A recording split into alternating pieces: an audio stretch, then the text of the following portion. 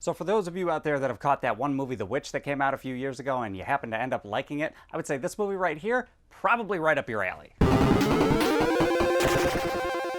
What's up, everybody? How's it going? How's everyone doing today? Welcome back. So for today, we're talking about this incredibly tiny movie that's called Gwen. And the reasons why I'm drawing comparisons between this movie and The Witch are because it's a first-time director, it's also a period piece, and it's also a very, very, very slow-paced movie. The real big difference between the two is that The Witch was kind of rooted in the supernatural, whereas this movie is way more grounded in reality. And I would also put forth the argument that this movie is more entertaining than The Witch, but I'm one of those weird people that I thought The Witch wasn't really all that great, even though a lot of people seem to love it. But I do acknowledge the craft that went into making both of these movies because they are both well-made films. I just happen to like this one a little better. And the overall plot of the movie focuses on our main character, named Gwen, and she lives on a farm with her mother and her younger sister. And the movie doesn't explicitly tell you what time period it takes place in, but from what I read, it takes place somewhere in the 19th century in a place called Snowdonia, which sounds made up, but it's actually a real place, believe it or not. And the story is basically about these three people, and a bunch of weird things start happening around their farm. And the rest of the movie is just that mystery kind of unfolding before you. Now, this movie is incredibly slow, like I said, so you kind of have to be in the mood for it. So for me, though, by the time the ending rolled around, all that slow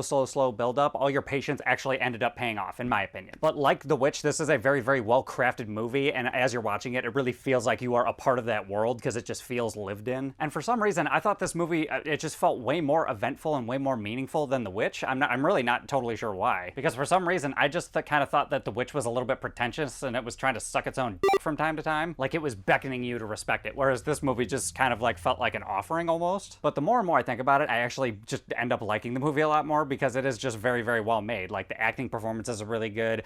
The lack of music I thought was a good choice and made it feel a lot more realistic. And I actually really cared about the main character Gwen because I just felt this relatability because most of the time she's trying to entertain her sister or try and make her laugh or do something like that. So she gave off this kind of wholesome vibe. Meanwhile, the movie is also about her kind of growing up a little bit prematurely because their dad is away at whatever war is going on, so she kind of has to like step up to the plate more often than she'd like to. And this movie did a really good job of showing you without really telling you, because there's one scene where the family's in a church and there's a bunch of other people, and it's essentially a lot of different characters just kind of like staring at each other or making glances. And just from that one scene, you can see where a lot of characters stand in regards to their relationship to one another. But it is also subtle and also very slow, so it might not be for everybody. And I'm sorry I'm making so many comparisons between this movie and The Witch, but it's just the closest thing I can think of to compare it to. But I have to say, I think The Witch was actually kind of burdened with the stipulation of it being a horror film, in my opinion, whereas this movie, it way more so relied on the fact that it's kind of a mystery movie above all else. And since it's a mystery movie, it kind of reserved the right to go into potentially other genres, and I personally thought that was way more crafty. Like, they could have gone several different other directions for the ending of this movie. But regardless, I really enjoyed the ending, and I thought it paid off very well, even though there was a few unanswered questions, but a lot of them were intentionally unanswered questions. There's only one